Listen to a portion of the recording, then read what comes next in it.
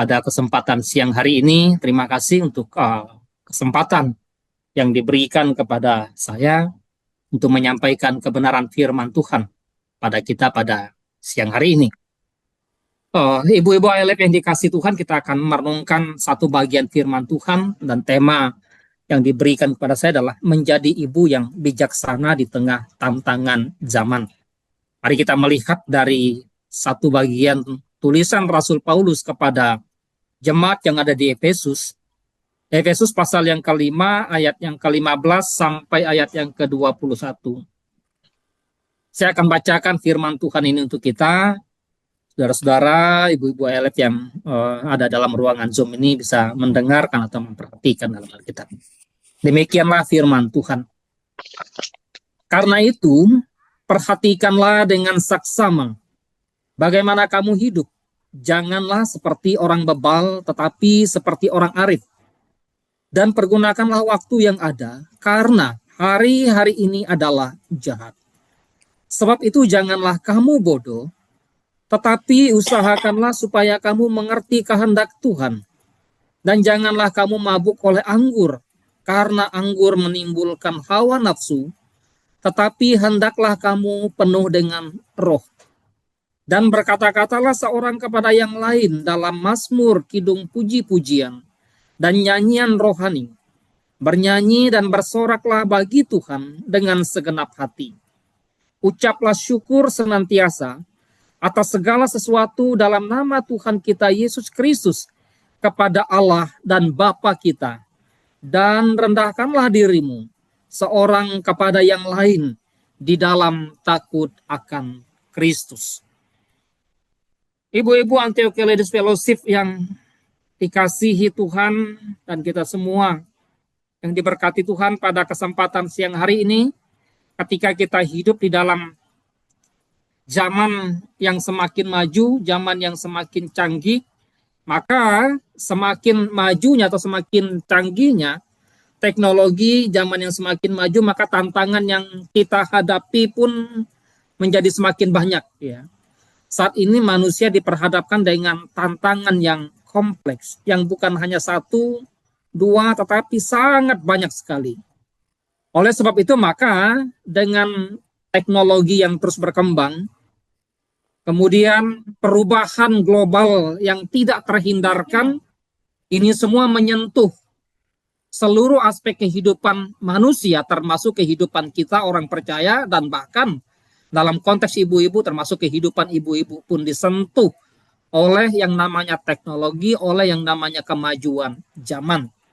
Dan kemajuan zaman atau tantangan zaman yang kita hadapi saat ini tentu banyak sekali. Ada beberapa hal yang saya sebutkan saja dalam bagian ini. Misalnya, tantangan itu dalam dunia teknologi, dalam dunia informasi atau digitalisasi. Ya, ini membuat kita kemudian dengan mudah melihat tawaran atau iklan dunia yang semakin hari semakin marak, yang semakin hari semakin mudah diakses. Sehingga itu sangat menggiurkan kita gitu ya. Menggiurkan, bahkan sangat menggoda akan kehidupan kita. Kecanduan yang namanya disebut dengan kecanduan gawai, penyebaran hoax, ya, perundungan cyber, dan macam-macam. Di dalam dunia teknologi yang semakin maju ini, bagaimana bukan hanya remaja yang berani memperlihatkan kebobrokan yang mereka alami, kadangkala yang namanya ibu-ibu pun kita bisa lihat, saksikan, tonton dalam media sosial. Ya, walaupun kadang iseng kita nonton. Entah apakah itu hanya sekadar konten ataukah juga hal-hal nyata. Tadi paling tidak bahwa tidak semua yang disajikan sana hal-hal yang positif, hal-hal yang benar. Tapi juga ada hal-hal yang jahat, ada hal-hal yang buruk yang dipertontonkan oleh kaum wanita atau ibu-ibu, karena konteks kita ibadah ALF ya.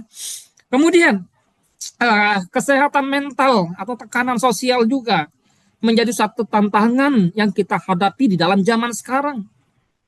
Tingkat kecemasan yang begitu tinggi, tingkat depresi yang begitu tinggi akibat tekanan sosial, tekanan media. Dan itu juga bisa mempengaruhi bukan hanya anak-anak, bukan hanya dunia remaja, dunia pemuda, tapi juga mempengaruhi sebagian ibu-ibu. Sehingga ada orang-orang yang stres. Perekonomian, tantangan dunia perekonomian. Ya, ini juga begitu menjadi tantangan yang menakutkan bagi kita. Tidak sedikit yang namanya ibu-ibu juga terjerat dalam misalnya pinjol atau dalam judol. Ya. Kenapa? Ini bukan hanya soal misalnya orang miskin, tapi juga ada orang kaya. Ini bicara soal ekonomi, bicara soal keuangan. Kemudian ketika bicara tentang tantangan dalam dunia perekonomian, ya, bagaimana ketika kita sekarang dengan mudah mengakses yang namanya keuangan melalui media-media atau melalui platform digital. Orang bisa dengan mudah melakukan transaksi, keamanan ya tidak sepenuhnya lagi bisa terjamin dengan aman. Banyak kemudian yang namanya terjadi ya, kebobolan di dalam rekening dan sebagainya. Kenapa? Karena tadi ini bagian dari tantangan. Lalu dalam dunia ekonomi, lapangan kerja yang sulit, ini juga menjadi pergumulan bagi ibu-ibu yang punya anaknya misalnya bergumul mencari pekerjaan. Bergumul, berdoa, bagaimana belum dapat pekerjaan, persaingan yang begitu kuat, yang begitu ketat, ya. Lalu belum lagi misalnya, wah ini nih, menjelang hari raya, misalnya menjelang ini, naiknya harga barang, lalu membuat ibu-ibu mesti harus berpikir keras bagaimana mengelola keuangan, menekan mana yang tidak penting dan sebagainya. Kalau tidak, maka kita bisa terjerumus karena hal-hal yang ada yang disajikan oleh zaman ini. Ada krisis identitas, krisis budaya dan sebagainya. Dan bahkan tak tertinggal juga yang namanya krisis moral dan krisis iman di dalam zaman sekarang. Yang namanya krisis moral itu bukan hanya dilakukan atau terjadi dalam kehidupan remaja, tapi juga terjadi dalam kehidupan para wanita, terjadi dalam kehidupan yang namanya krisis moral, krisis identitas, krisis iman. Tadi saya katakan bukan hanya menjadi tantangan bagi kaum remaja atau kaum anak-anak atau pemuda-pemudi, tapi juga menjadi tantangan bagi kaum wanita atau ibu-ibu. Banyak ibu-ibu yang kemudian mempertontonkan bagaimana mereka krisis moral, misalnya saja. Sekarang dengan dunia yang begitu canggih, media sosial yang begitu terbuka, maka bagaimana ibu-ibu tidak takut kadang-kadang ketika ke salah satu supermarket lalu mencuri atau mengambil barang-barang di sana sampai viral, kadang tidak memperhatikan lagi anaknya. Terlepas daripada karena faktor ekonomi atau hal-hal lain, tapi ini menunjukkan krisis moral, ketidakjujuran, hidup yang tidak benar lagi dan hidup yang tidak takut akan Tuhan lagi diperlihatkan di sana. Terlepas misalnya, wah Pak, mereka kan bukan Kristen mungkin saja.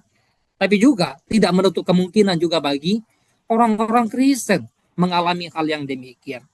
Oleh sebab itu, maka ibu-ibu ALF yang dikasihi oleh Tuhan, di dalam konteks yang kita baca, teks yang kita baca tadi sebetulnya Paulus juga mengingatkan bagaimana kehidupan orang di Efesus. Tapi sebelum masuk ke kehidupan orang di Efesus, tentang kehidupan manusia di akhir zaman ini, Paulus juga sudah mengingatkan kepada Timotius tentang bagaimana keadaan manusia pada akhir zaman. Ya, akan datang masa yang sukar, perilaku moral, perilaku sosial, perilaku intelektual, dan bahkan spiritual diperlihatkan oleh Paulus kepada Timotius. Betapa bobroknya manusia. Manusia mencintai diri, hamba uang, penuh dengan nafsu yang jahat. Oleh sebab itu dalam menghadapi tantangan zaman yang demikian, kita bukan hanya diminta untuk siap, tetapi juga diminta untuk punya yang namanya bijaksana. Konteks Efesus juga bagaimana Paulus mengingatkan bagaimana kehidupan umat Allah. Karena itu seperti apa bijaksana, dan bagaimana cara menjadi seorang perempuan yang bijaksana di dalam menghadapi tantangan zaman ini. Nah, teks yang kita baca paling tidak ada beberapa kontras yang disajikan oleh Paulus. Pertama, kontras antara orang bebal dan orang arif atau orang bijak. Kontras antara orang bodoh dan juga orang yang berusaha untuk mengerti kehendak Allah. Dan kontras antara orang yang mabuk oleh anggur sehingga dikuasai oleh hawa nafsu dengan orang yang penuh dengan roh. Bu Bapak dan Saudara yang dikasihi oleh Tuhan, di dalam bagian ini sebetulnya Paulus mau menekankan betapa pentingnya meninggalkan kehidupan yang lama, lalu kehidupan yang penuh dengan dosa, yang penuh dengan kejahatan, lalu masuk dalam kehidupan yang baru, yang selaras dengan apa yang Tuhan kehendaki.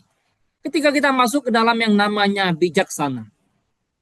Bijaksana atau orang yang bijaksana adalah tentu saja orang yang tidak mudah terprovokasi dengan dunia, dengan zaman.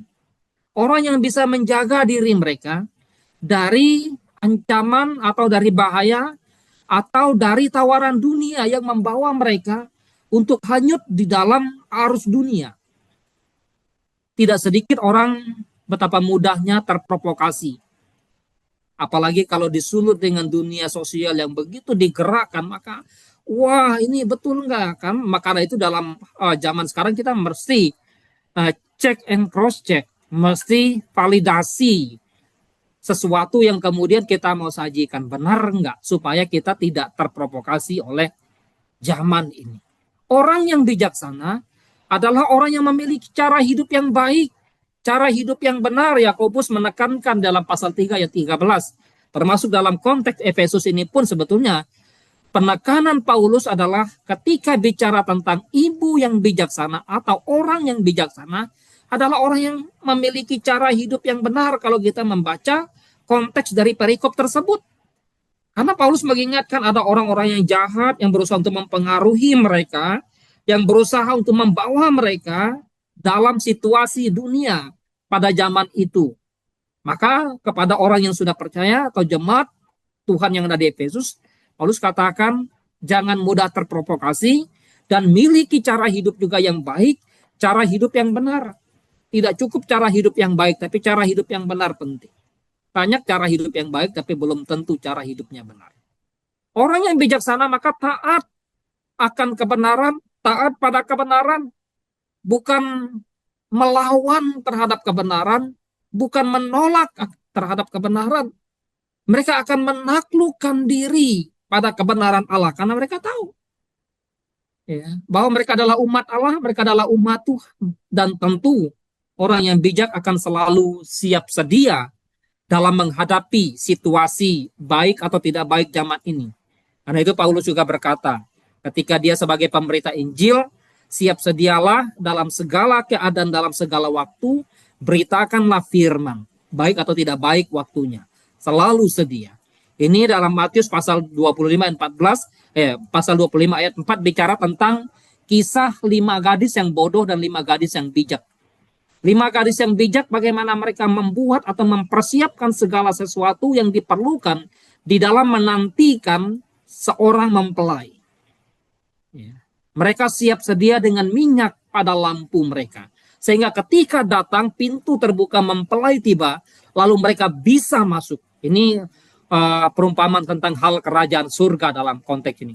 Tadi kembali bahwa apa yang sebetulnya ingin ditekankan? Kita orang yang bijaksana atau bukan? Kalau kita adalah orang yang bijaksana, bagaimana kita mengetahuinya? Tentu untuk mengetahui orang yang bijaksana tidak cukup melihat dari dunia pendidikan atau dari akademis mereka, dari berapa gelar yang mereka sandang, dari berapa tinggi pendidikan yang mereka tempuh, atau hal-hal lain. Tetapi melihat dari apa yang mereka pikirkan. Apakah mereka berpikir tentang sesuatu yang benar? Apakah kemudian mereka melakukan sesuatu yang benar? Maka orang bijaksana, orang yang memikirkan sesuatu yang benar dan melakukan hal yang benar. Selaras antara apa yang dipikirkan, apa yang dipahami, apa yang diajarkan dengan apa yang dilakukan. Itulah orang bijak. Karena itu, Bapak Ibu Saudara, secara khusus Ibu-ibu ALF, maka bijaksana atau kebijaksanaan seorang ibu itu bukan sekadar kepintaran akademis, bukan sekadar pendidikan secara formal, pendidikan tinggi yang mereka capai, atau secara usia yang sudah sangat tua, bukan hanya sekadar itu gitu ya. Itu penting-penting. Pendidikan penting, kepintaran penting. Demikian juga dengan yang namanya usia tentu menjadi pergumulan yang juga kita doakan. Tetapi hal kebijaksanaan mencakup hubungan yang erat seseorang dengan Tuhan. Karena itu takut akan Tuhan adalah permulaan hikmat dan pengertian. Karakter yang mulia serta kemampuan untuk menjadi berkat dan membangun bagi keluarga, masyarakat, tetangga, orang-orang di sekitar dengan iman sebagai fondasinya, iman sebagai dasarnya. Nah, apa yang diperlukan atau yang harus dilakukan oleh kita umat Allah, oleh kita anak-anak Tuhan dalam konteks ibu-ibu, apa yang harus seorang ibu lakukan sehingga dapat menjadi seorang ibu yang bijaksana di tengah tantangan zaman ini? Pertama, tentu kita mesti memperhatikan dengan saksama bagaimana kita hidup. Perhatikanlah dengan saksama bagaimana kita hidup. Banyak orang yang kemudian hanya suka memperhatikan kehidupan orang lain. Dengan mudah dan gampang untuk menilai, mengoreksi kehidupan orang lain, rumah tangga orang lain, kesalahan orang lain, kekurangan orang lain, dan seterusnya. Ketimbang memperhatikan, mengurus urusan rumah tangga diri, urusan karakter diri, urusan moral diri, atau urusan diri. Ini tantangan, karena itu kita diingatkan bagaimana kita perlu mengintrospeksi diri. Yesus mengingatkan jangan menilai, jangan menjadi orang yang munafik, yang lebih melihat kekurangan orang lain daripada kekurangan diri sendiri. Balok di mata diri tidak dilihat. Sementara selumbar debu yang kecil di mata orang lain bisa kita lihat. Maka perhatikanlah dengan seksama, dengan benar, dengan sungguh-sungguh bagaimana kita hidup. Apa-apa tantangan zaman itu nggak bisa kita bendung, tapi yang perlu kita perbaiki, yang perlu kita koreksi, perlu kita benak adalah bagaimana kita mengoreksi diri kita.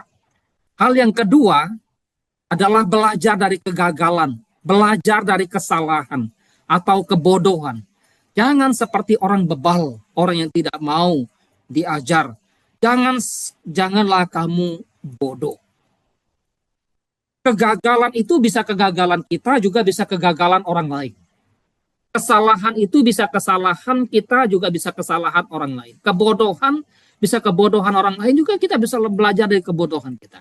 Jadi apapun yang ada di sekitar kita, mungkin kita mendapatkan ibu-ibu yang lain yang di media sosial atau yang disajikan dalam dunia zaman sekarang. Wah, bodoh benar ibu itu, salah ibu itu, dan seterusnya. Biarlah pembelajaran kebodohan, kegagalan, dan kesalahan orang lain menjadi pembelajaran juga bagi kita, supaya kita juga tidak masuk di dalam kesalahan dan kegagalan demikian. Atau sebaliknya. Jadi kita juga perlu belajar, kalaupun kita salah, maka kita perlu belajar. Jangan seperti orang bebal, tetapi seperti orang arif, orang bebal yang tidak pernah mau berubah, yang tidak pernah mau belajar. Orang arif, orang yang selalu mau belajar dari yang namanya kesalahan. Salah ini, oke. Salah iya, tapi ada satu perbaikan. Mau belajar. Ketika kita ditegur firman, justru kita harus say thank you, terima kasih, karena itulah tanda cinta kasih Allah kepada kita kalau kita salah. Tapi kalau Tuhan membiarkan kita dalam kesalahan dan tidak mau menegur kita, justru sangat berbahaya sekali. Kadangkala kita juga mesti sebagai ibu-ibu mesti harus menyadari, kalau kita punya anak misalnya, kadangkala kan kita nggak selamanya menjadi ibu yang benar. Jadi kita juga harus sadar bahwa kita belajar juga dari yang namanya anak-anak kita. Nah, selain itu, maka hal yang ketiga yang harus dilakukan untuk menjadi seorang wanita, seorang perempuan, atau seorang ibu yang bijaksana, yaitu kita tentu dituntut untuk selalu mencari kebenaran Allah, mencari kehendak Tuhan, mengerti kehendak Tuhan. Melalui apa? Dengan cara bagaimana? Tentu saja melalui persekutuan. Persekutuan kita dengan Tuhan, bangun hubungan yang intim dengan Allah. Hidup takut akan Tuhan, permulaan hikmat. Persekutuan dengan Tuhan itu membawa kita untuk mengenal Dia lebih sungguh, mengenal Dia lebih dalam, persekutuan kita dengan sesama pun harusnya demikian, membawa kita untuk semakin bertumbuh di dalam Tuhan. Karena itu jangan pernah jauhkan diri dari persekutuan dengan sesama kita. Ibrani mencatat, janganlah menjauhkan diri dari persekutuan ibadah yang seperti yang dibiasakan oleh orang. Ayo terus bangun setia. Melalui apa? Mencari kehendak Tuhan, mengerti kehendak Tuhan, melalui firman Tuhan.